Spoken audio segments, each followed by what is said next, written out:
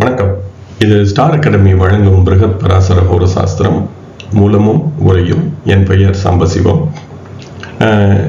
இந்த பதிவு 6ஆம் பாவக பலன்கள் என்ற இந்த அத்தியாயத்தின் இறுதி பதிவாகும். பராசரர் இந்த 6ஆம் பாவக பலன்கள் என்ற இந்த அத்தியாயத்தில் பல்வேறு கருத்துக்களை, குறிப்பாக நோய் மற்றும் உடலுக்கு ஏற்படுகின்ற பிரச்சனைகள் என்பதை பற்றி பல்வேறு கருத்துக்களை பேசியிருந்தார். அதே போல தோல் நோய் என்பது மிகவும் இன்றியமையாத இடம்பெற்றது. 6ஆம் பாவகம், 6ஆம் பாவக அதிபதி, காரகர்கள் என்று சிந்திக்கும் பொழுது சனிக்கு சில இடங்களில் முக்கியத்துவம் தரப்பட்டது. அதே போல செவ்வாய்க்கும் முக்கியத்துவம் தரப்பட்டது.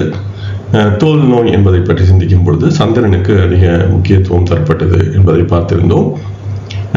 இந்த விதிகளை நாம் ராசி கட்டத்தில் மட்டுமல்லாமல் திரேகானம், நவாம்சம், திரிம்சாம்சம் போன்ற வர்க்கங்களிலும் இந்த விதிகளை பயன்படுத்தி இந்த ராசி கட்டத்தில் நாம் பார்க்கின்ற செய்திகளை உறுதிப்படுத்திக் கொள்ள வேண்டும் என்பது மிகவும் இன்றியமையாதது. பராசரர் எனவே வர்க்க சக்கரங்களை நமக்கு அறிமுகம் செய்யும் பொழுது பல வர்க்க சக்கரங்கள் ராசி கட்டம் போலவே நேரடியாக முழுமையாக பயன்படுத்தலாம் என்பதாக பராசரர் சொல்லியிருந்தார்.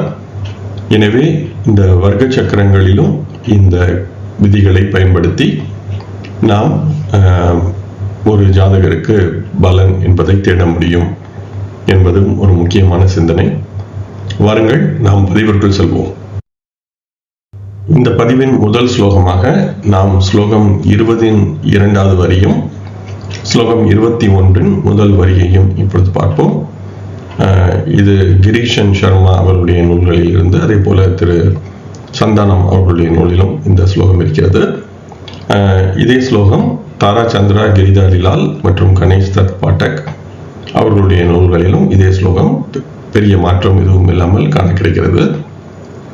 ரந்திரேஷே ரிபுராசிஸ்தே வியயேஷே லக்ன சம்ஸ்திதே சந்திரே சஷ்டேஷ சம்யுக்தே வசுவர்ஷே மிருகாத் பயம்.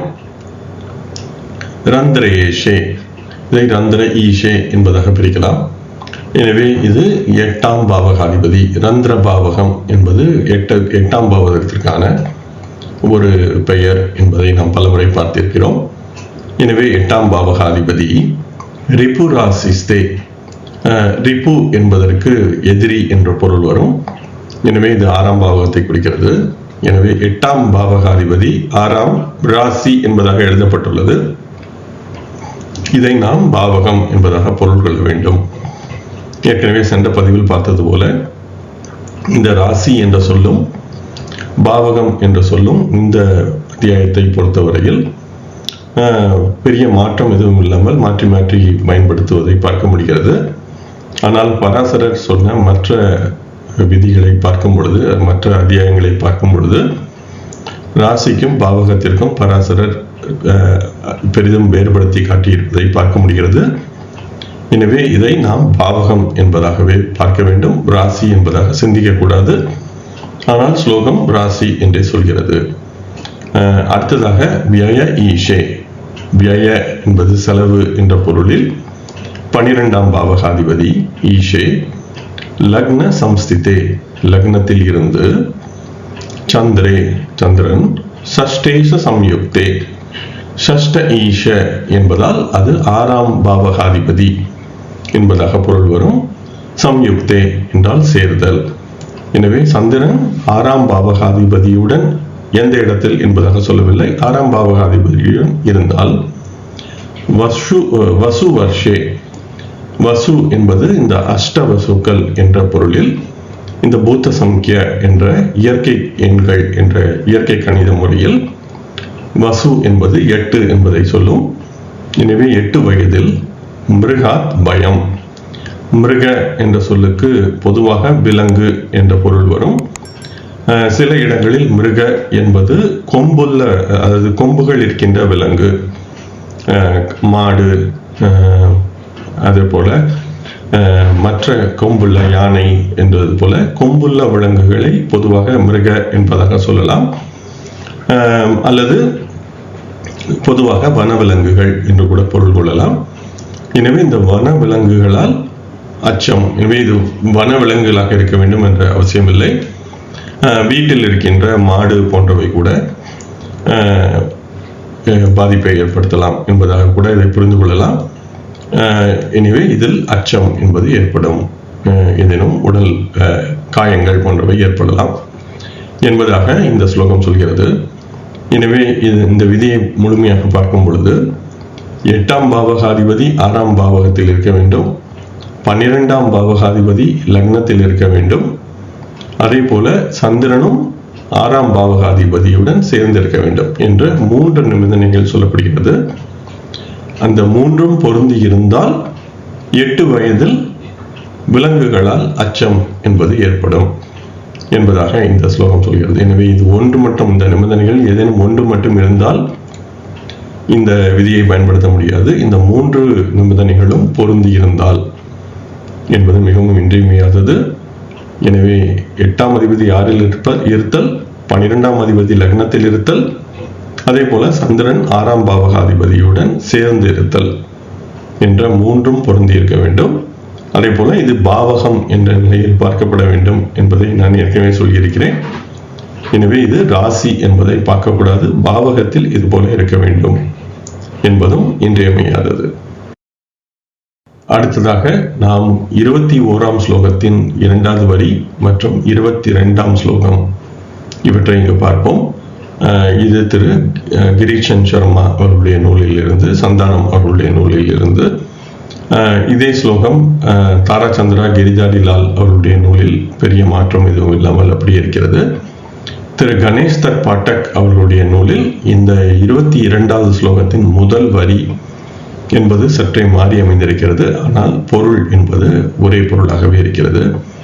எனவே முதலில் ஸ்லோகம் என்ன சொல்கிறது என்பதை பார்ப்போம். ஷஷ்டாஷ்டமகதோ ராஹுஸ் தஸ்மாத் அஷ்டகதே ஷனௌ ஜாதஸ்ய ஜன்மதோ விப்ர பிரதமே ச த்விதீயகே வத்சரே அக்னிபயம் தஸ்ய 3 வருஷே பக்ஷிதோஷபாக். ஷஷ்டாஷ்டமகதோ ராஹுஸ் தஸ்மாத் அஷ்டகதே ஷனௌ பாலஸ்ய ஜன்மதோ விக்ஞ ஆத்ய சைவ த்விதீயகே வத்சரே அக்னிபயம் தஸ்ய 3 வருஷே பக்ஷிதோஷபாக். இதில் நாம் இந்த 22ஆம் ஸ்லோகத்தின் முதல் வரியையும் 124ஆம் ஸ்லோகத்தின் முதல் வரியையும் பார்க்கும் பொழுது ஜாதஸ்ய ஜன்மதோ விப்ர பிரதமேச்ச த்விதீயகே என்பதற்கு பதிலாக பாலஸ்ய ஜன்மதோ விக்ஞ ஆத்ய சைவ த்விதீயகே என்பதாக எழுதப்பட்டிருக்கிறது. எனவே இந்த ஒரே ஒரு வேறுபாடு தான். ஆனால் இதில் உள்ள அந்த சொற்களின் பொருள் என்பது அந்த 22ஆம் ஸ்லோகத்தின் சொல்ல வருகின்ற பொருளை போலவே இருக்கிறது, மாற்றம் எதுவும் இல்லை. எனவேதான் இது மனப்பாடம் செய்யப்பட்டு மீண்டும் பிரதி எடுக்கப்படும் பொழுது நினைவில் இருக்கின்ற மாற்றங்கள் என்ற விதமாக அந்த சமஸ்கிருத ஸ்லோகங்களின் கட்டமைப்பை அப்படியே கட்டமைத்து கொள்ள வேண்டும் என்பதற்கு ஏற்ப சொற்கள் மாற்றி எழுதப்பட்டு, ஆனால் கருத்துக்கள் இந்த இடத்தில் மாறாமல் எழுதப்பட்டிருக்கிறது என்பதையும் நாம் இங்கு பார்க்க முடிகிறது. எனவே தான் இந்த நூல் நினைவில் வைக்கப்பட்டு மீண்டும் அது எழுதப்பட்டிருக்கிறது. அதாவது பல தலைமுறைகளாக வாய்மொழியாக பரப்பப்பட்டு நினைவில் வைத்துக் கொள்ளப்பட்டு அதன் பிறகு ஒரு காலத்தில் எழுதப்பட்டிருக்கிறது. எனவே அப்படி எழுதப்பட்டிருக்கும் பொழுது அந்த நினைவு என்பது சற்றே உருமாறி சில இடங்களில் இருப்பதால் இது போன்ற மாற்றங்கள் இந்த பல்வேறு மூல நூல்களுக்கு இடையே காணப்படுகின்றன என்பதும் இங்கு நாம் கருத்தில் கொள்வது இன்றியமையாதது. சஷ்ட அஷ்டம 6, சஷ்ட என்றால் 6, அஷ்டம என்றால் 8. கதோ ராகுஸ் சென்றிருக்கின்ற ராகு. எனவே ஒரு ஜாதகத்தில் 6 அல்லது 8ஆம் பாவகத்தில் ராகு இருக்க வேண்டும். தஸ்மாத் என்ற சொல்லுக்கு அங்கிருந்து என்ற பொருள் வரும். எனவே எங்கிருந்து என்றால் ராகுவில் இருந்து. எனவே ராகுவை மையமாக வைத்து ஒரு சமபாவகங்களை அமைத்து அங்கிருந்து, அந்த ராகுவில் இருந்து அஷ்டகத்தை ஷனோ 8ஆம் பாவகத்தில் சனி இருக்க வேண்டும். இதை நாம் நேரடியாக 6 அல்லது 8ஆம் பாவகத்தில் ராகு, லக்னம் அல்லது 3ஆம் பாவகத்தில் சனி என்பதாக கூட எழுதப்பட்டிருக்கலாம். ஆனால் இந்த ஸ்லோகம் அதுபோல சொல்லவில்லை. 6ஆம் பாவத்தில் ராகு, ராகுவிலிருந்து 8ஆம் பாவகத்தில் சனி என்பதாக சொல்லப்பட்டிருப்பதால் இந்த ராகுவிலிருந்து பாவகம் என்பதை இந்த ஸ்லோகம் நேரடியாக சொல்கிறது என்பதையும் நாம் இங்கு சிந்திக்க வேண்டும். அப்படி இருக்க ஜாதஸ்ய ஜன்மத்தோ, அந்த ஜாதகரின் ஜன்மத்தோ என்றால் பிறப்பில் இருந்து, விப்ர அறிவில் சிறந்தவரே, பிரதமேச்ச, எனவே பிறப்பிலிருந்து பிரதமே என்ற சொல்லுக்கு முதல் வருடம், பிரதம என்ற சொல்லுக்கு இதுவும் பிரதமர் என்பதாக நாம் சொல்கிறோம். எனவே முதல்வர் என்பதாக அந்த முதல் வயதில் இருந்து த்விதீயகே வத்சரே, த்விதீய என்ற சொல்லுக்கு 2 என்ற பொருள் வரும். வத்சரே என்றால் ஆண்டில், எனவே முதல் ஆண்டில் அல்லது 2ஆம் ஆண்டில், அக்னி பயம், தீயால் அச்சம், தஸ்ய அதுபோல அவரதுடைய 3 வருஷே 3வது வயதில் பக்ஷி தோஷ பாக், பறவை தோஷம் என்பதும் ஏற்படும் என்பதாக இந்த ஸ்லோகம் சொல்கிறது. இந்த பறவை தோஷம் என்றால் என்ன என்பதை பிறகு பார்ப்போம். எனவே இது போன்ற ஒரு நிலை இருந்தால் 6 அல்லது 8ஆம் பாவகத்தில் ராகு, அந்த ராகுவில் இருந்து 8ஆம் பாவகத்தில் சனி என்பதாக இருந்தால் தொடர்ந்து சிறு வயதில் பல பிரச்சனைகள் இருக்கும். முதல் அல்லது 2வது வயதில் அக்னி பயம் என்பதால் இது ஏதேனும் ஒரு தீக்காயம் அல்லது தீ விபத்து போன்றவை ஏற்படலாம். அதே போல 3வது வயதில் பக்ஷி தோஷம் என்பது ஏற்படும் என்பதாக இந்த ஸ்லோகம் சொல்கிறது. இந்த 124ஆம் ஸ்லோகத்தின் 2வது முதல் வரி என்பதை பார்க்கும் பொழுது பாலசிய என்றால் அந்த குழந்தையின், ஜன்மத்தோ என்றால் பிறந்ததிலிருந்து, விக்ஞ என்றால் அறிவில் சிறந்தவரே, விப்ர என்பதற்கு பதிலாக விக்ஞ என்பதாக எழுதப்பட்டுள்ளது. பிரதமேச்ச என்பதற்கு பதிலாக ஆத்ய சைவ என்பதாக எழுதப்பட்டுள்ளது. அதை ஆத்யே ச ஏவ என்பதாக பிரிக்கலாம். ஆத்யே என்றால் முதலில் என்பதாக பொருள். எனவே முதலில் என்பதற்கு பதிலாக முதல் ஆண்டில், பிரதமேச்ச என்பதாக எழுதப்பட்டுள்ளது. சைவ ச ஏவ மற்றும் என்பதாக அந்த சொற்களின் பொருளின் வேறுபாடு இருக்கிறது. எனவே இரண்டும் சொல்ல வருவது ஒன்றுதான். ஆனால் அந்த 124ஆம் ஸ்லோகத்தின் முதல் வரி என்பது மாறி அமைந்திருக்கிறது. எனவே இந்த ஸ்லோகம் என்ன சொல்ல வருகிறது என்று சிந்திக்கும் பொழுது 6 அல்லது 8ஆம் பாவகத்தில் ராகு, அந்த ராகுவிலிருந்து 8ஆம் பாவகத்தில் சனி என்பது, இதில் 2 முக்கியமான கருத்துக்களை நாம் இங்கு சிந்திக்க வேண்டும். பொதுவாக 6ஆம் பாவகத்தில் ராகு, 8ஆம் பாவகத்தில் ராகு என்பது கூட பிரச்சனை என்பதாக நாம் சிந்திக்கிறோம். ஆனால் 6ஆம் பாவகத்தில் ராகு என்பது மிகவும் ஒரு நல்ல அமைப்பாக நாம் கருதுகிறோம். ஆனால் பராசரர் இந்த அத்தியாயத்தில் பார்த்த ஸ்லோகங்கள் அனைத்திலுமே 6ஆம் பாவகத்தில் பாவர் என்பது ஒரு நல்ல அமைப்பு இல்லை, நோயை பொறுத்தவரையில், விபத்துகளை பொறுத்தவரையில் என்பதை தொடர்ந்து சொல்லி வருவதை நாம் பார்க்க முடிகிறது. எனவே இந்த இடத்திலும் 6இல் ராகு என்பது மிகச்சிறந்த ஒரு அமைப்பு இல்லை.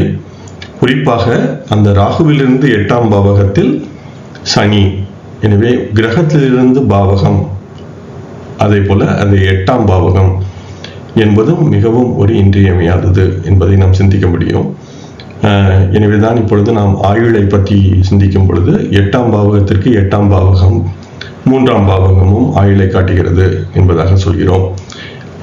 எனவே இப்பொழுது 6ஆம் பாவகத்தில் ராகு, அந்த 6க்கு 6இல் அந்த 6இலிருந்து 8ஆம் பாவகத்தில் சனி என்பதை அந்த கிரகத்தை மையமாக வைத்து மீண்டும் நமக்கு தேவையான ஒரு பாவகத்தை சிந்திப்பது என்பதும் இந்த இடத்தில் பேசப்படுகிறது. எனவே இந்த 2 விதமான ஜோதிட விதிகள் என்பதை நாம் இங்கு சிந்திக்க வேண்டும். ஒன்று, 6ஆம் பாவகத்தில் பாவர் இருத்தல் என்பது நோயை பொறுத்தவரையில் அவ்வளவு முக்கியமான ஒரு நல்ல நிலை இல்லை, அது பிரச்சனைகளை தருகிறது. அதே போல எந்த ஒரு பாவகத்தில் ஒரு கிரகத்தை நாம் ஆராயும் பொழுது அந்த கிரகத்தை மையமாக வைத்து மற்ற பாவகங்களை சிந்தித்தல் என்பதும் இந்த ஸ்லோகம் தருகிறது ஒரு முக்கியமான விதியாக. எனவே இது போன்று ராகு 6 அல்லது 8ஆம் பாவகத்தில் இருந்து அந்த ராகுவிலிருந்து 8ஆம் பாவகத்தில் சனி இருக்க அந்த ஜாதகர் தொடர்ந்து பல பிரச்சனைகளை சந்திப்பார். இந்த ராகு 8ஆம் பாவத்தில் இருக்கும் பொழுது சனி என்பது கூட சில நேரம் 3ஆம் பாவகத்தில் இருக்கவும் வாய்ப்பு இருக்கிறது. எனவே அது இருக்கவும் வாய்ப்பு இருக்கிறது என்று ஏன் சொல்கிறேன் என்றால், ராகுவை மையமாக வைத்து நாம் பாவகங்கள் வரையும் பொழுது சனி 8இல் இருக்க வேண்டும். ஆனால் அந்த சனி லக்னத்திலிருந்து 3ஆம் பாவகத்தில் தான் இருக்கும் என்பது சொல்ல தேவையில்லை. சில நேரம் 2ஆம் பாவகத்திலும் இருக்கலாம், சில நேரம் 4ஆம் பாவகத்திற்கும் போக வாய்ப்பு இருக்கிறது, அல்லது 3ஆம் பாவகத்தில் கூட இருக்க முடியும். ஆனால் அப்படி ஒருவேளை 3ஆம் பாவகத்தில் சனி இருக்கும் பொழுது சனிக்கு 3ஆம் பாவகம் மிக நல்ல ஒரு பாவகமாக நாம் கருதுகிறோம். ஆனால் இந்த இடத்தில் அது போன்ற பிரச்சனைகள் வரும் என்பதாக சொல்கிறார். எனவேதான் இந்த விதியை முழுமையாக புரிந்து கொள்வது இன்றியமையாதது. அப்படி ஒருவேளை அதுபோல நிலை இருந்தால் அவருக்கு முதல் அல்லது 2வது வயதிலேயே தீயால் அச்சம் ஏற்படும் என்பது இங்கு புரிந்து கொள்ள வேண்டும். இந்த இடத்தில் செவ்வாய் என்பதை பற்றி பேசவில்லை. பொதுவாக செவ்வாய் என்பதை வைத்து நாம் தீயால் பயம், அச்சம் என்பதை நாம் சிந்திக்கிறோம், தீ விபத்து போன்றவற்றை. ஆனால் இந்த விதிகளில் செவ்வாய் என்பது பயன்படவில்லை. எனவே செவ்வாய் இல்லாமல் கூட தீயால் அச்சம் என்பது ஏற்பட வாய்ப்பிருக்கிறது என்பது ஒரு முக்கியமான வேறுபாடு. அதே போல 3வது வயதில் பக்ஷி தோஷம் என்பது ஏற்படும் என்பதாக இந்த ஸ்லோகம் சொல்கிறது. பக்ஷி தோஷம் என்பதை நாம் பறவையால் அச்சம் என்பதாக கூட புரிந்து கொள்ளலாம். எனவே ஏதேனும் பறவை என்பது தாக்கும் என்பதாக பொதுவாக நாம் பலரும் பொருள் கொள்கிறார்கள். ஆனால் இந்த ஆயுர்வேதம் போன்ற அல்லது சரக சம்ஹிதா போன்ற நூல்களில் எல்லாம் சென்று தேடும் பொழுது பக்ஷி தோஷம் என்பதற்கு திடீரென்று வயிற்றுப்போக்கு, உடல் எடை குறைதல், அதே போல வாயிலிருந்து ஒரு இனந்தெரியாத வாசனை. எனவே இந்த உடலில் உள்ளே, அதாவது வயிற்றில் ஏதேனும் அஜீரணம் போன்றவை எல்லாம் ஏற்படும் பொழுது வாயில் வருகின்ற ஒரு விதமான இனந்தெரியாத வாசனை, அதே போல அந்த வலிப்பு போன்றவையெல்லாம் இந்த பக்ஷி தோஷம் என்ற சொல்லிற்குள் வருகின்ற வாய்ப்பு இருக்கிறது. இன்று பேர்ட் ஃப்ளூ என்பதாக நாம் பறவை காய்ச்சல் என்பதாக எல்லாம் நாம் இன்று பேசுகிறோம். எனவே அந்த காலத்திலும் இது போன்ற தன்மைகள் இருந்திருக்க வாய்ப்பிருக்கிறது. எனவே அந்த பறவை காய்ச்சல் என்று இன்று நாம் கருதுகின்ற தன்மையில் வருகின்ற, அதாவது அந்த பறவை காய்ச்சல் என்பது ஏற்படும் பொழுது வருகின்ற பிரச்சனைகளில் ஒரு சில இங்கும் பேசப்படுவதை நாம் இங்கு பார்க்க முடிகிறது. எனவே இன்று நாம் பறவை காய்ச்சல் என்று எதை சொல்கிறோமோ அது கூட பக்ஷி தோஷம் என்பதாக கருதப்படலாம். அல்லது இது போன்று, அதாவது மாமிசம் அந்த குழந்தை ஏதாவது சாப்பிட்டிருந்தால் அதனால் கூட இது போன்ற பிரச்சனைகள் வரலாம். அல்லது இது போன்ற, அதாவது திடீரென்று உடல் எடை குறைதல் போன்றவற்றையெல்லாம் கூட பக்ஷி தோஷம் என்பதாக பொதுவாக நாம் இங்கு பொருள் கொண்டிருக்க வாய்ப்பிருக்கிறது. எனவே இது போன்று 3ஆம் வயதில் அந்த குழந்தைக்கு இருக்கும் என்பதாக இந்த ஸ்லோகம் சொல்கிறது. அதனால் அந்த குழந்தையின் உயிருக்கு ஏதேனும் ஆபத்து ஏற்படுமா என்பதை நாம் மீண்டும் லக்னாதிபதியின் வலிமை, அதே போல 8ஆம் பாவகத்திற்கு சுபர்கள் தொடர்பு, 3ஆம் பாவகம் என்பதை எல்லாம் மற்ற பாவகங்கள் எல்லாம் வைத்து ஆராய்ந்தால் மட்டுமே அந்த குழந்தையின் உயிருக்கு ஏதேனும் பாதிப்பு ஏற்படுமா என்பதை எல்லாம் சிந்திக்க முடியும். இந்த இடத்தில் இது போன்று 1, 2, 3ஆம் வயதில் இது போன்று தொடர்ந்து பிரச்சனைகள் அந்த குழந்தைக்கு இருக்கும் என்பதாக இந்த ஸ்லோகம் சொல்கிறது. தொடர்ந்து நாம் ஸ்லோகம் 23 பார்ப்போம். இந்த ஸ்லோகம் பெரிய மாற்றம் எதுவும் இல்லாமல் தாராச்சந்திரா, கிரிதாரிலால், கணேஷ் தத் பாட்டக் போன்றவர்களுடைய நூல்களிலும் இதே ஸ்லோகம் காண கிடைக்கிறது. ஷஷ்டாஷ்டமகதே சூரியே தத் வியே சந்திர சம்யுதக பஞ்சமே நவமே அப்தே து ஜலபீதிம் விநிர்திஷே. ஷஷ்ட அஷ்டம கதே. எனவே ஷஷ்ட அஷ்டம என்பது சென்ற பக்கத்தில் பார்த்த ஸ்லோகத்திலும் ஷஷ்ட அஷ்டம என்பது பேசப்பட்டது ராகு என்பதை வைத்து. இந்த இடத்தில் ஷஷ்ட அஷ்டம 6 அல்லது 8ஆம் பாவகங்களில் கதே சூரியே சென்ற சூரியன். எனவே சூரியன் 6 அல்லது 8ஆம் பாவகத்தில் இருந்து தத் வியயே. சென்ற பக்கத்தில் தஸ்மாத் என்பதாக சொல்லப்பட்டது. அதே பொருளில் தத் அதன் வியயே 12ஆம் பாவகத்தில். எனவே அந்த சூரியனிலிருந்து 12ஆம் பாவகத்தில். சந்திர சம்யுதக சந்திரன் சேர்ந்திருந்தார். எனவே இந்த இடத்திலும் சூரியனை மையமாக வைத்து நாம் பாவகத்தை மனதிற்குள் கணக்கிட வேண்டும். 30 பாகைகள் கொண்ட சமபாவகம் என்பதாக, அல்லது ஜெகநாத ஹோரா போன்ற மென்பொருளில் நாம் இதை மீண்டும் பாவச்சக்கரம் சூரியனை மையமாக வைத்து நாம் சமபாவகங்கள் என்பதை தேர்ந்தெடுத்து அமைத்துக் கொள்ள முடியும். ஆனால் இது சமபாவகங்கள் என்பதால் நாம் நேரடியாக சற்றை பழக்கப்படுத்திக் கொண்டால் மனதிலேயே கணக்கிட்டுக் கொள்ளவும் முடியும். சந்திரன் சேர்ந்திருந்தால் பஞ்சமே நவமே. பஞ்சம என்பது 5, நவம என்பது 9. எனவே 5 அல்லது 9ஆம் அப்தேத்து வயதில் ஜல பீதிம். எனவே நீரில் அச்சம் விநிர்திஷேத் சொல்லப்பட வேண்டும். எனவே நீரால் ஏதேனும் பிரச்சனை என்பது ஏற்படும். எனவே 6 அல்லது 8ஆம் பாவகத்தில் சூரியன், அந்த சூரியனிலிருந்து கணக்கிடப்படும் 12ஆம் பாவகத்தில் சந்திரன். சில நேரம் சூரியன் மற்றும் சந்திரன் என்பது கூட ஒரே ராசியில் கூட இருக்க வாய்ப்பு இருக்கிறது. ஆனாலும் இந்த விதி என்பது பொருந்தி இருக்கும். எனவேதான் இந்த விதி என்பது 12ஆம் பாவகத்தில் சந்திரன் சூரியனில் இருந்து என்னும் பொழுது சரியாக நாம் பார்க்க வேண்டும். சில நேரம் சூரியன் சந்திரன் கூட ஒரே ராசியில் இருந்தால் கூட சூரியனில் இருந்து 12ஆம் பாவத்தில் சந்திரன் இருக்க வாய்ப்பு இருக்கிறது. எனவே அந்த சூரியனிலிருந்து கணக்கிடப்படும் பாவகத்தில் சந்திரன் இருக்க வேண்டும்.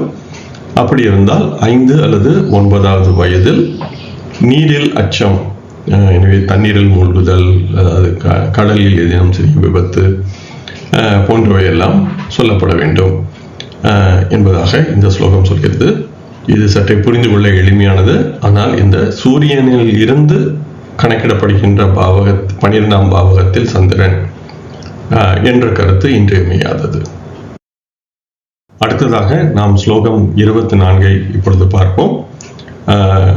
கிரீஷன் சர்மா சந்தானம் போன்றவர்களுடைய நூலில் இதே ஸ்லோகம் தாரா சந்திரா கிரிதாரிலால், கணேஷ் தத் பாட்டக் மற்றும் பண்டிட் தேவச்சந்திர ஜா போன்றவர்களுடைய நூல்களில் சற்றே இந்த 2வது வரி என்பது வேறுபட்டிருக்கிறது. சில சொற்கள் குறிப்பாக எந்த வயது என்பதை சொல்கின்ற பகுதிகளில் சில வேறுபாடுகள் இருக்கின்றன. முதலில் ஸ்லோகம் என்ன சொல்கிறது என்பதை பார்ப்போம். அஷ்டமே மந்த சம்யுக்தே தஸ்மாத் வா துவாதசே குஜக த்ரிம்ஷாப்தே தசமே அப்தே து ஸ்போடகாதி விநிர்திஷே. அஷ்டமே மந்த சம்யுக்தே ரந்திராதௌ துவாதசே குஜக த்ரிம்ஷாப்தம் ச தசே அஷ்டே து ஸ்போடகாதி விநிர்திஷே. அஷ்டமே மந்த சம்யுக்தே ரந்திராத்வே துவாதசே குஜக த்ரிம்ஷாங்கே ச தசாங்கே ச ஸ்போடகாதி விநிர்திஷே. எனவே இந்த 2வது வரியை பார்க்கும் பொழுது சில வேறுபாடுகள் இருக்கின்றன என்பதை நாம் பார்க்க முடிகிறது. முதலில் இந்த முதல் ஸ்லோகம் என்ன சொல்கிறது என்பதை தேடுவோம். அஷ்டமி 8ஆம் பாவகத்தில் மந்த சம்யுக்தே, மந்த என்பது சனியை குறித்து சொல்லும். எனவே சனி சேர்ந்தால் சம்யுக்தே, எனவே 8ஆம் பாவகத்தில் சனி இருந்தால் தஸ்மாத்வா அந்த சனியில் இருந்து, தஸ்மாத் என்பதை அங்கிருந்து என்பதாக பொருள் கொள்ளலாம். எனவே சனியில் இருந்து என்பதை இங்கு பொருள் கொள்ள வேண்டும்.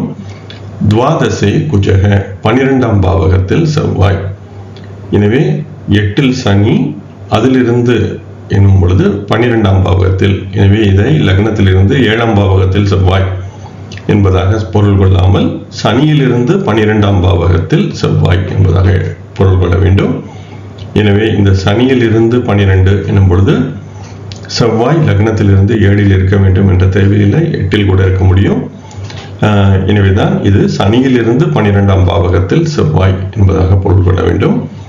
அப்படி இருந்தால் த்ரிம்ஷ அப்தே, த்ரிம்ச என்பது 30 என்பதால் 30ஆம் வயதில், தசம அப்தே து 10ஆம் வயதில், தசம அப்த என்பது 10ஆம் வயதில், ஸ்போட்டக ஆதி. ஸ்போட்டக என்ற சொல்லுக்கு இதை நாம் ஹிந்தியில் ஆங்கிலத்தில் கூட ஸ்பாட் என்பதாக நாம் இந்த சொல் மருவி சென்றிருக்கிறது என்பதாக கூட நாம் சொல்லலாம். எனவே ஸ்போட்டக என்ற அந்த சொல்லுக்கு புள்ளிகள் என்பதான பொருள் வரும். எனவே இதை பொதுவாக அம்மை, கொப்பளங்கள் என்று உடலில் ஏற்படுகின்ற புள்ளிகள் அல்லது சில சிறிய சிறிய கட்டிகள் என்பதாக கூட இதை புரிந்து கொள்ளலாம். எனவே இது போன்ற பிரச்சனைகள் விநிர்தேஷே சொல்லப்பட வேண்டும். இப்பொழுது அந்த இரண்டாவது ஸ்லோகத்தை சொல்லும் பொழுது இந்த முதல் ஸ்லோகத்தின் முதல் வரி 24ஆம் ஸ்லோகத்தின் முதல் வரியில் தஸ்மாத் வா என்பதாக சொல்லப்பட்டது. எனவே அது சனியில் இருந்து என்பதாக பொருள் கொள்ள வேண்டும். ஆனால் இந்த 146வது ஸ்லோகம் தாராச்சந்திரா கிரிதாரிலால் அவர்களுடைய நூலில் ரந்திராதாவ் என்பதாக எழுதப்பட்டுள்ளது. எனவே 8ஆம் பாவகத்தில் இருந்து, சனியில் இருந்து என்பதாக இல்லாமல் 8ஆம் பாவகத்தில் இருந்து என்பதாக எழுதப்பட்டிருக்கிறது. எனவே அது ஒரு வேறுபாடு. தஸ்மாத்வா என்பதற்கு பதிலாக ரந்திராதாவ் என்பதாக எழுதப்பட்டிருக்கிறது. அதே போல இந்த தசமே அப்தே தூ என்பதற்கு பதிலாக தசே அஷ்டே தூ என்பதாக எழுதப்பட்டிருக்கிறது. எனவே தசமே அப்தே தூ என்றால் 10வது வயதில், தசே அஷ்டே தூ என்றால் 10 அல்லது 8ஆம் வயதில் என்பதாக பொருள் வரும். இதே கணேஷ் தத் பாட்டக் அவருடைய நூலில் பார்க்கும் பொழுது இந்த த்ரிம்ஷாப்தே என்பதற்கு பதிலாக த்ரிம்ஷாங்கே என்பதாக எழுதப்பட்டிருக்கிறது. எனவே அதுக்கும் பொருள் 30ஆம் வயதில். அதே போல தசமே அப்தே என்பதற்கு பதிலாக தஷாங்கே என்பதாக எழுதப்பட்டுள்ளது, அது 10ஆம் வயதில். எனவே திரு கணேஷ் தத் பாட்டக் மற்றும் கிரீஷன் சர்மா அவருடைய நூலில் பொருள் என்பது வேறுபாடு இல்லை, ஆனால் சொற்கள் வேறுபட்டு அமைந்திருக்கிறது. திரு கிரீஷன் சர்மா அவர்களுடைய அதில் எந்த வயது என்பதில் 10, 8 என்பதாக, அந்த 8 என்பது கூடுதலாக வந்திருக்கிறது இந்த சொற்களின் வேறுபாட்டின் காரணமாக. எனவே இந்த ஸ்லோகம் சொல்ல வருவது 8ஆம் பாவகத்தில் சனி, சனியில் இருந்து 12ஆம் பாவகத்தில் செவ்வாய் என்று இருக்க அவருடைய 10ஆம் வயதில் அல்லது 30ஆம் வயதில் அம்மை, கொப்பளங்கள், கட்டிகள் மூலம் சீழ் பிடித்தல் போன்றவையெல்லாம் ஏற்படும். ஸ்போட்டக என்று சொல்லப்படுகின்ற உடலின் மேல் புள்ளிகள் போன்று பல்வேறு விதமான பிரச்சனைகள் வருகின்ற தன்மை என்பது ஏற்படும் என்பதாக இந்த ஸ்லோகம் சொல்கிறது. இதுவும் எளிதான ஒரு ஸ்லோகம்தான். ஆனால் இந்த இடத்தில் 8இல் சனி என்பது பொதுவாக ஆயுளுக்கு நல்ல ஒரு அமைப்பு என்பதாக நாம் பொருள் கொள்கிறோம். ஆனால் அந்த 8இல் சனி இருந்து அதன் 12இல் செவ்வாய் இருக்கும் பொழுது நோய் என்பதை அந்த சனி என்பது தடுக்காது என்பதும் இந்த இடத்தில் புரிந்து கொள்ள வேண்டியது இன்றியமையாதது. எனவேதான் இது 6ஆம் பாவகம் பற்றிய அத்தியாயம் என்றாலும் இந்த காரகர்கள் என்பதை வைத்து இந்த விதி பயன்படுகிறது, இந்த விதி சொல்கிறது. எனவே 6ஆம் பாவத்திற்கு செவ்வாய் என்பது பொதுவான காரகன், அதே போல சனி என்பதும் ஒரு ஸ்திர காரகன். இந்த 6ஆம் பாவகத்தை பொறுத்தவரையில் சனி 6, 8, 12 என்ற இந்த 3 பாவங்களுக்கும் காரகன். அதே போல செவ்வாய் என்பதும் எதிரி என்ற பொருளில் இந்த 6ஆம் பாவகத்திற்கான காரகன் என்பதால் இந்த விதி காரகர்களை அடிப்படையாக வைத்து சனி, செவ்வாய் என்ற 2 நிலையையும், இந்த பாவகத்தை பற்றி இந்த விதி பேசவில்லை, காரகனை வைத்து இந்த விதி பேசுகிறது என்ற புரிதலும் இன்றியமையாதது. அடுத்ததாக நாம் ஸ்லோகம் 25 மற்றும் 26 இவற்றை பார்ப்போம். இந்த 25வது ஸ்லோகம் மற்ற நூல்களில் காண கிடைக்கவில்லை. ஆனால் இந்த 26வது ஸ்லோகம் தாராச்சந்திரா மற்றும் கிரிதாரிலால் அவர்களுடைய நூல்களில் வேறு விதமான சொல் அமைப்பில் காண கிடைக்கிறது. எனவேதான் அந்த 148வது ஸ்லோகத்தை இந்த இடத்தில் தந்திருக்கிறேன். அதே போல அந்த 128வது ஸ்லோகமும் 26வது ஸ்லோகமும் ஒரே ஸ்லோகம் தான் கணேஷ் தத் பாட்டக் அவர்களுடைய நூலில்.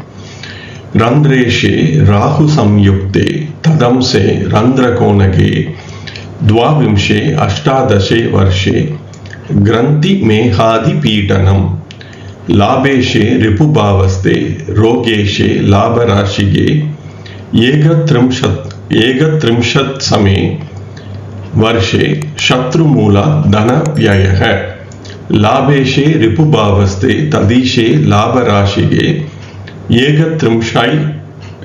ஏகத்ரிம்ஷைக சத்வாரி சத்ருமூலா தனவ்யயः. ரந்திரேஷே 8ஆம் பாவகாதிபதி ராகு சம்யுக்தே, ராகுவுடன் சேர்ந்து இருக்கு. எனவே 8ஆம் பாவகாதிபதி எந்த பாவகத்தில் என்று சொல்லப்படவில்லை. 8ஆம் பாவகாதிபதி ராகுவுடன் சேர்ந்திருந்து ததம்சே, அந்த 8ஆம் பாவகாதிபதியுடைய அம்சம், தத் என்பது அதன், அம்சே என்பது அம்சத்தில் என்பதாக இங்கு பொருள் கொள்ள வேண்டும். எனவே எதன் அம்சம் என்றால் இந்த ரந்திர ஈஷே என்பதால் 8ஆம் பாவகாதிபதியின் அம்சம். இப்பொழுது ஒரு ஜாதகத்தில் 8ஆம் பாவகாதிபதி குரு, அந்த குருவின் அம்சத்தில் குரு ராகுவுடன் சேர்ந்திருக்கிறது, அதனுடைய அம்சத்தில் என்பதாக அந்த ஸ்லோகம் சொல்கிறது. முதலில் சொற்களின் பொருளை தேடுவோம், அதன் பிறகு விளக்கத்துக்கு பார்ப்போம். அம்சத்தில் ரந்திர கோணகே, அது 8ஆம் பாவக திரிகோணங்களில் இருந்தால், எனவே 8ஆம் பாவக திரிகோணம் என்று சொல்லும் பொழுது அது 8, 12 அல்லது 4ஆம் பாவகத்தில் இருந்தால், துவாவிம்சே 22வது அஷ்டாதசை வருஷே, அஷ்ட என்பது 8, தச என்பது 10, எனவே 18ஆம் வயதில், கிரந்தி என்பதற்கு கட்டி, நீர்க்கட்டி போன்றவையெல்லாம், மேக ஆதி, இந்த மேக என்பதற்கு நீரிழிவு நோய் என்பது ஒரு பொதுவான பொருள், அல்லது சிறுநீரகம் தொடர்பான பிரச்சனைகள் என்பதாக கூட இதை பொருள் கொள்ள முடியும். பீடனம், நோய்கள் ஏற்படும் என்பதாக இந்த முதல் ஸ்லோகம் சொல்கிறது. 2வது ஸ்லோகத்தை பார்க்கும் பொழுது லாபேஷே, அது 11ஆம் பாவகாதிபதி, ரிப்பு பாவஸ்தே, 6ஆம் பாவகத்தில் இருக்க, ரிப்பு என்பது எதிரி என்பதால் அது 6வது பாவத்தை சொல்லும். ரோக ஈஷே 6ஆம் பாவகாதிபதி, லாபராசிகே 11ஆம் ராசியில் அல்லது பாவகத்தில் இருக்க. எனவே இது 6, 11 பரிவர்த்தனை. ஏகத்ரிம்ஷத் சமே வருஷே, ஏகத்ரிம்ஷத் என்பதால் அது ஏக என்பது 1, த்ரிம்ஷத் என்பது 30, எனவே 31ஆம் வயதில், சத்ரு மூலாத், எதிரியின் மூலமாக, எதிரியின் காரணமாக, தன வியயக, செல்வ இழப்பு என்பது ஏற்படும், சொத்துக்கள் பறிபோகும், பண இழப்பு ஏற்படும். இந்த 148 என்பதை பார்க்கும் பொழுது ரோகேஷே என்பதற்கு பதிலாக தத் ஈஷே என்பதாக எழுதப்பட்டிருக்கிறது, பொருள் ஒன்றுதான். அதே போல ஏகத்ரிம்ஷ 31ஆம் வயதில், ஏக சத்வாரி என்பதாக எழுதப்பட்டுள்ளது, அது 41ஆம் வயதில் என்பதாக பொருள் கொள்ள வேண்டும். எனவே இந்த முதல் ஸ்லோகம், அதாவது 26வது ஸ்லோகம் ஏகத்ரிம்ஷத் சமே என்பதாக எழுதப்பட்டுள்ளது. ஆனால் தாரச்சந்திர கிரிதிராலிலால் ஏகத்ரிம்ஷ சத்வாரி என்பதாகவும் எழுதப்பட்டிருப்பதால் அது 31 அல்லது 41ஆம் வயதில் என்பதாக பொருள் கொள்ள வேண்டும். எனவே இந்த 26ஆம் ஸ்லோகத்தில் ஒரே ஒரு ஆண்டு மட்டும் தரப்பட்டுள்ளது. 148ஆம் ஸ்லோகத்தில் 2 ஆண்டுகள் இந்தந்த வயதில் என்பதாக 2 வயதுகள் பேசப்படுகின்றன. எனவே இந்த முதல் ஸ்லோகத்தை சற்றே புரிந்து கொள்ள முயற்சிப்போம். 8ஆம் பாவகாதிபதி எந்த இடத்தில் இருந்தாலும் அது ராகுவுடன் சேர்ந்து இருக்க வேண்டும், முதல் நிபந்தனை. அதே போல அந்த 8ஆம் பாவகாதிபதியுடைய அம்சம் அந்த அம்ச சக்கரத்தில் 8ஆம் பாவக திரிகோணங்களில் இருக்க வேண்டும். எனவே எடுத்துக்காட்டாக இப்பொழுது 8ஆம் பாவகாதிபதி குரு என்று எடுத்துக்கொள்வோம். அதாவது இப்பொழுது ரிஷப லக்னம், 8ஆம் பாவகாதிபதி குரு, அந்த குரு ராகுவுடன் ராசி சக்கரத்தில் இணைந்திருக்க வேண்டும். எனவே குரு ராகு இணைவு ஏதேனும் ஒரு இடத்தில், எந்த இடத்தில் என்பதாக நாம் பேசவில்லை, ஏதேனும் ஒரு இடத்தில் ராகுவுடன் சேர்ந்திருக்க வேண்டும்.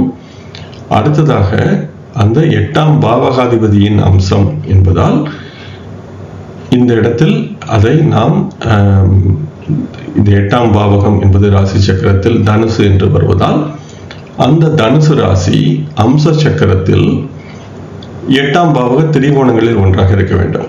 எனவே 8, 12 அல்லது 4 என்று ஏதேனும் ஒன்றில் இருக்க வேண்டும். எனவே இப்பொழுது இந்த அம்சம் என்பதை நாம் நவாம்சம் என்று எடுத்துக்கொண்டுவோம் என்று கொண்டால், நவாம்சத்தில் தனுசு ராசி 8, 12 4ஆம் பாவகங்களில் ஏதேனும் ஒன்றாக இருக்க வேண்டும்.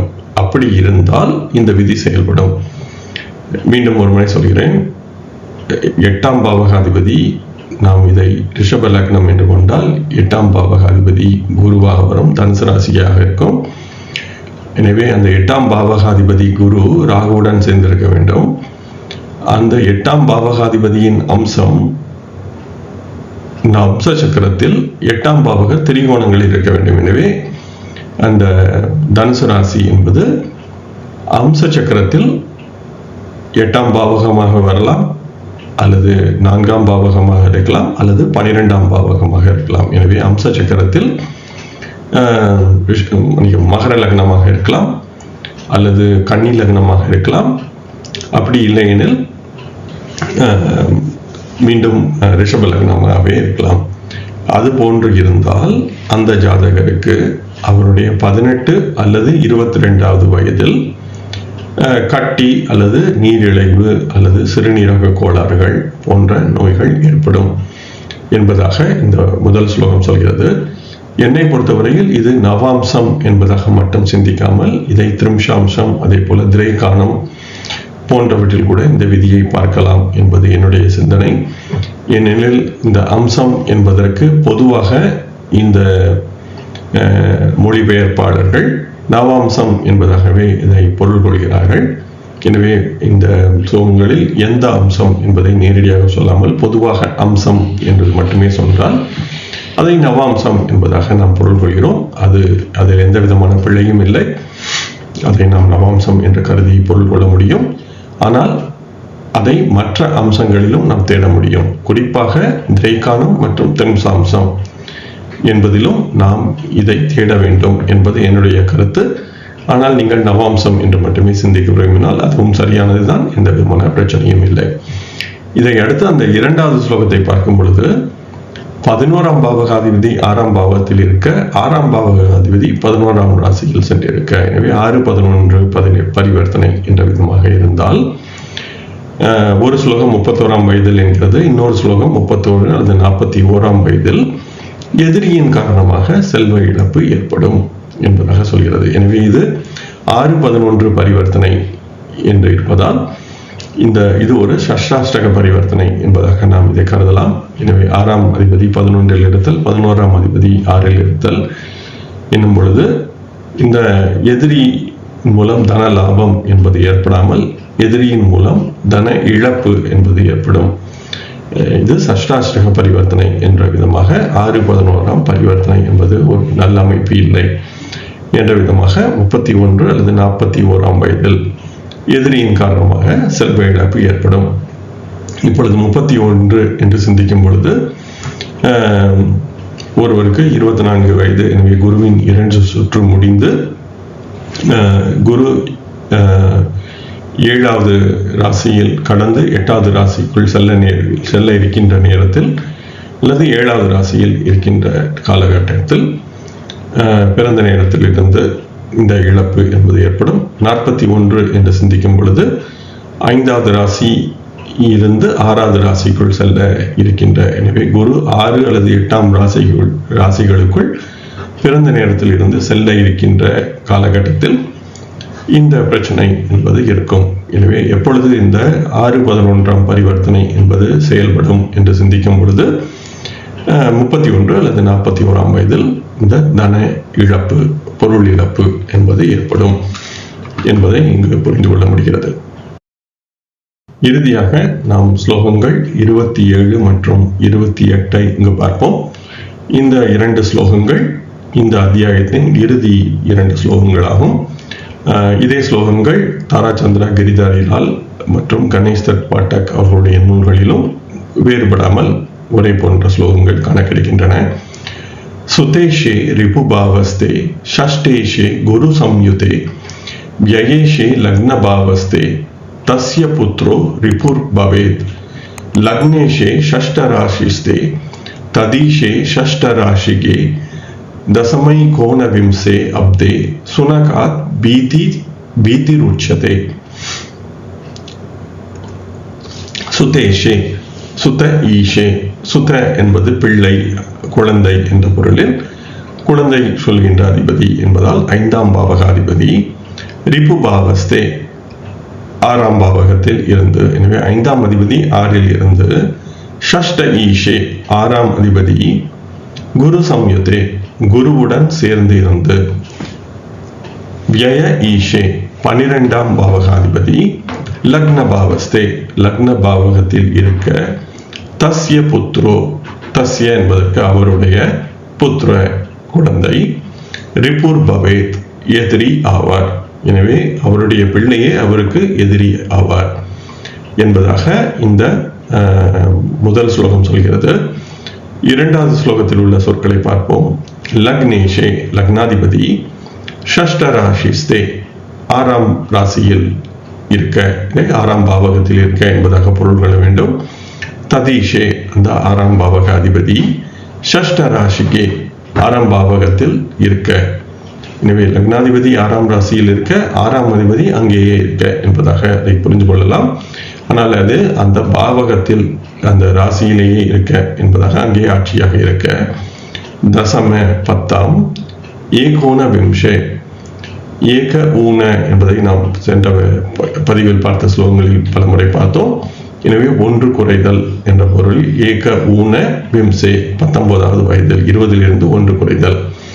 சுனகா பீத்தியர், சுனக என்ற சொல்லுக்கு நாய் அல்லது நாய்கள் போன்ற விலங்குகள், நரி, ஓநாய் என்பது போன்ற விலங்குகளை நாம் சுனக என்பதாக சொல்லலாம். பொதுவாக நாய் என்பதாக பொருள் கொள்ள முடியும். அந்த நாய்களால் அச்சம், பீதி, நாய்கடி, ரேபிஸ் போன்ற ஏதேனும் பிரச்சனைகள் உச்சதே சொல்லப்பட வேண்டும் என்பதாக இந்த ஸ்லோகம் சொல்கிறது. எனவே இந்த முதல் ஸ்லோகம் என்ன சொல்லப்படுகிறது என்று சிந்திக்கும் பொழுது, 5ஆம் பாவகாதிபதி 6இல் இருக்க வேண்டும். அதே போல 6ஆம் பாவகாதிபதி குருவுடன் இணைய வேண்டும். 12ஆம் பாவகாதிபதி லக்ன பாவகத்தில் இருக்க வேண்டும் என்பதாக இந்த ஸ்லோகம் சொல்கிறது. இது ஏன் இது போன்ற ஒரு நிலை என்று சிந்திக்கும் பொழுது, 5ஆம் பாவகாதிபதி 6இல் இருத்தல் என்பது அந்த குழந்தையை குறிக்கின்ற பாவகாதிபதி 6இல் இருத்தல் என்பதை நாம் நன்கு புரிந்து கொள்ள முடிகிறது.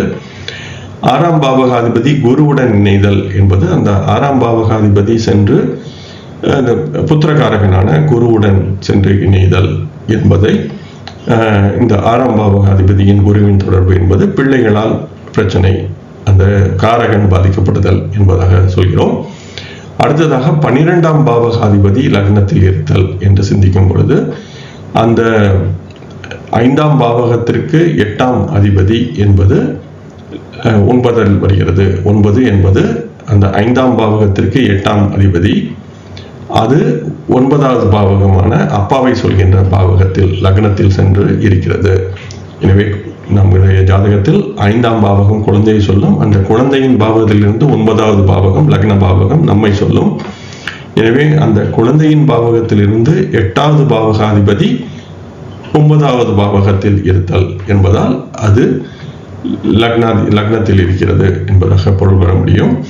அப்படி இருக்கும் பொழுது பிள்ளையே அவருக்கு எதிரி ஆவார். எனவே இது ஒரே ஒரு விதி மட்டும் இருந்தால் பிள்ளையே எதிரி என்பதாக சொல்லக்கூடாது. எனவேதான் இந்த 3 விதிகளும் சேர்ந்து ஒரு விதி, ஒரு பலனை சொல்கிறது என்பதாக பொருள் பண்ண வேண்டும். எனவே பொதுவாக நாம் இது போன்ற 5ஆம் அதிபதி 6இல் இருந்தால் பிள்ளையே உங்களுக்கு எதிரி என்பதாக சொல்லக்கூடாது என்று சொல்வதற்காகவே இந்த விளக்கத்தை சொல்கிறேன். எனவே பராசரர் இந்த இடத்தில் 3 விதிகளை சொல்கிறார். ஒன்று, 5ஆம் அதிபதி 6இல் இருக்க வேண்டும். 6ஆம் அதிபதி குருவுடன் சேர வேண்டும். 12ஆம் அதிபதி லக்னத்தில் இருக்க வேண்டும் என்று 3 நிபந்தனைகள். எனவே காரகன் பாதிக்கப்படுகிறது, அதுபோல அந்த பாவகம் பாதிக்கப்படுகிறது, அதே போல அந்த குழந்தையை சொல்கின்ற பாவகத்திலிருந்து 8ஆம் அதிபதியும் 9இல் இருக்கிறது என்பதாக இது போன்ற ஒரு நிலை என்பது ஏற்பட்டால் மட்டுமே இந்த விதி என்பது பொருந்தும். பிள்ளையே எதிரியாகின்ற விதி என்பதாக. அதே போல இந்த குழந்தையின் பாவகத்திலிருந்து 6ஆம் அதிபதி லக்னத்தில் இருக்க வேண்டும் என்று ஏன் சொல்லவில்லை, 8ஆம் பாவகாதிபதி மட்டும் லக்னத்தில் இருக்க வேண்டும் என்பதாக சொல்லப்படுகிறது.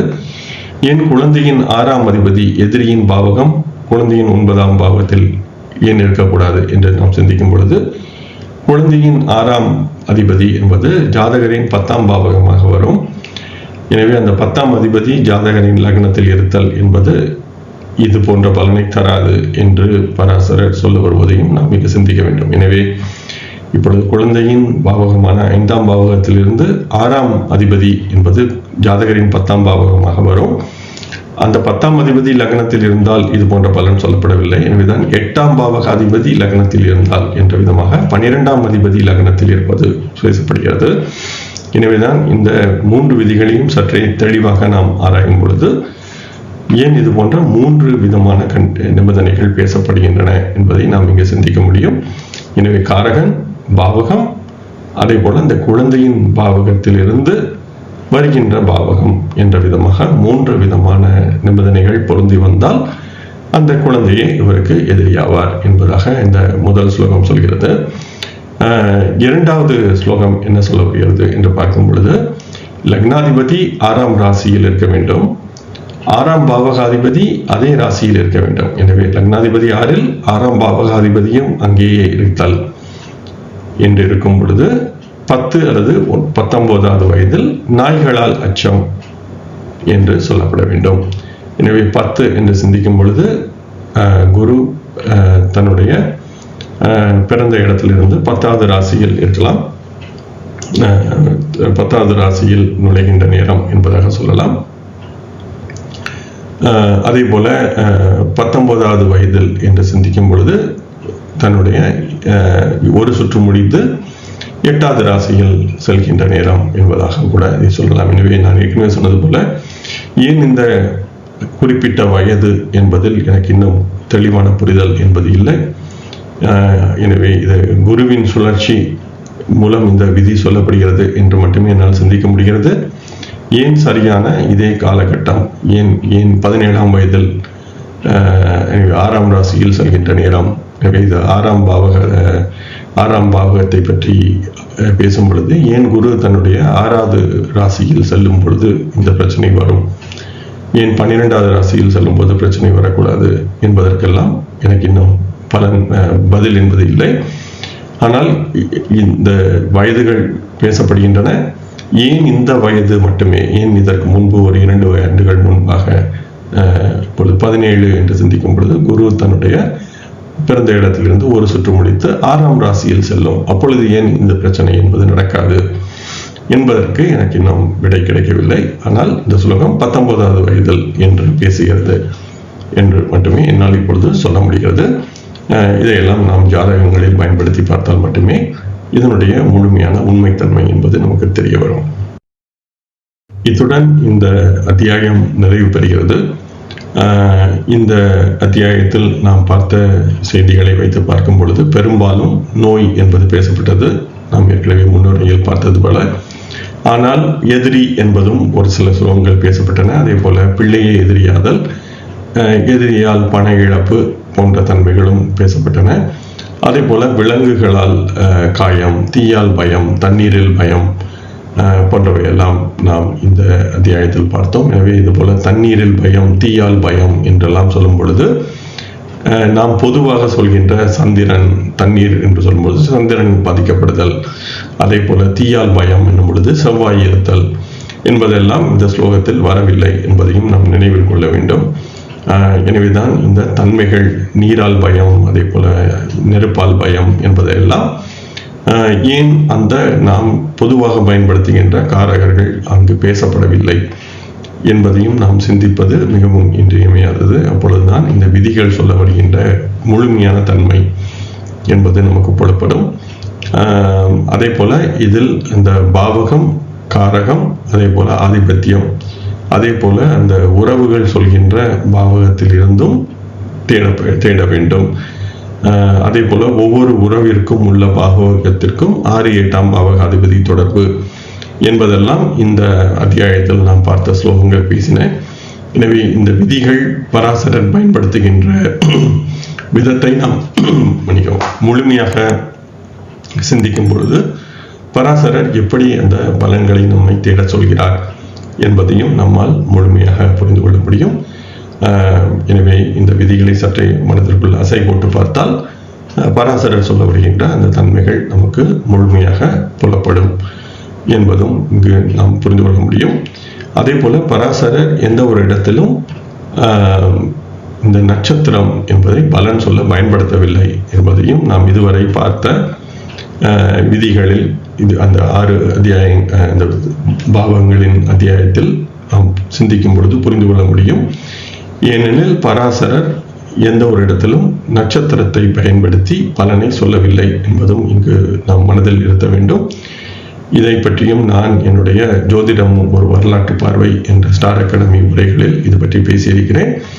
ஏனெனில் பராசரர் விம்சோத்தரி என்ற ஒரே ஒரு தசையை மட்டும் கருத்தில் கொள்ளவில்லை. அவர் பல்வேறு விதமான தசைகளை பயன்படுத்த சொல்கிறார் ஜாதகத்திற்கு ஏற்றபடி.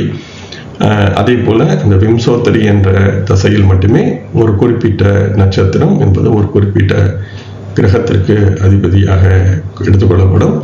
மற்றபடி மற்ற தசைகளில் அதே நட்சத்திரம் வெவ்வேறு விதமான கிரகங்களுக்கு அதிபதியாக வரும்.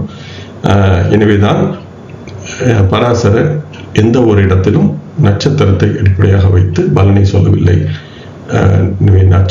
சாரத்தின் அடிப்படையில் சொல்லப்படுகின்ற விதிகள் பராசரருக்கு பிந்தைய காலத்தவை என்பது என்னுடைய இன்றைய புரிதல்.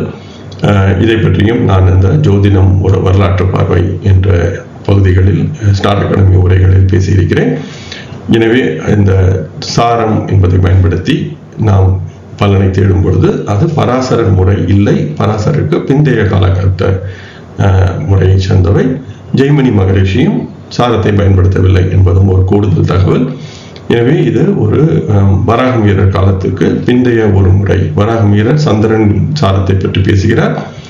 எனவே வராகம் வீரருக்கு பிறகு வந்த ஜோதிட நூல்கள் விம்சோத்தரியை மட்டுமே பெரிதாக முன்னெடுத்து செல்வதால் அவை இந்த சாரம் என்பதையும் கூடுதலாக பயன்படுத்துகின்றன என்பதை நாம் சிந்திக்க வேண்டும். மேலும் சத்யாச்சாரியார் சாரம் என்பதை அந்த தாரபலன் நவதாரா என்று சொல்லப்படுகின்ற தாரபலன் என்பதையும் சேர்த்து பயன்படுத்துகிறார். எனவே இது ஒரு குறிப்பிட்ட ஜோதிட முறை பராசரருக்கு பிந்தையது. பராசரர் ஜெய்மினி போன்ற மகரிஷிகளுக்கு பிறகு வந்த முறை சத்யாச்சாரியார் போன்றவர்கள் மேற்கொண்டது சற்றே. அதன் பிறகு வராகமீரருக்கு பிறகு அது சற்றே முன்னெடுக்கப்பட்டு இன்று நம்மிடையே சாரம் என்பதாக பயன்படுகிறது. எனவே அதை பயன்படுத்துவது, நீங்கள் அந்த முறையை பயன்படுத்துவதாக இருந்தால் அது சரியான முறைதான். ஆனால் அது பராசர முறை இல்லை என்பதை மட்டுமே இந்த இடத்தில் நான் சொல்ல விரும்புகிறேன். வாருங்கள், அடுத்த பதிவிலிருந்து நாம் 7ஆம் பாவக பலன்கள் என்பதை பார்க்க இருக்கிறோம். எனவே அந்த பதிவும் சற்றே நீண்டதாக இருக்கப் போகிறது. அந்த பதிவுகளும் அந்த அத்தியாயமும் சற்றே நீண்டதாக. எனவே அதை அடுத்த பதிவிலிருந்து பார்ப்போம். என்னுடன் இணைந்து நீங்கள் அனைவரும் இந்த பிருகத் பராசர ஹோர சாஸ்திரம் என்ற இந்த ஒரு மிகவும் முக்கியமான மூல நூலை கற்கின்ற இந்த முயற்சியில் இணைந்து தொடர்ந்து பயணித்து வருவதற்கு மிக்க நன்றி. வாருங்கள், தொடர்ந்து பயணிப்போம். நன்றி, வணக்கம்.